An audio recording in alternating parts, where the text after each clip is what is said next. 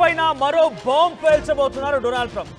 ఇప్పటికే 50% టారిఫ్ విధించి Russia Ukraine యుద్ధానికి మీరే కారణమంటూ ఇండియాని బూచిగా చూపిస్తున్న డొనాల్డ్ ట్రంప్ ఇప్పుడు సెకండ్ ఫేజ్ ఆఫ్ టారిఫ్స్ కూడా సిద్ధమయ్యారట.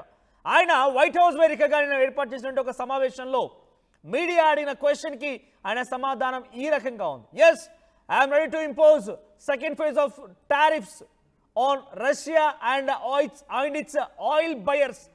ఆ రష్యా పైన, రష్యా నుంచి ఆయిల్ కొనుగోలు చేసినటువంటి దేశాల పైన నేను second phase of tariff imposing కి సిద్ధమయ్యాను వితౌట్ ఎనీ ఫర్దర్ డీటెయిల్స్.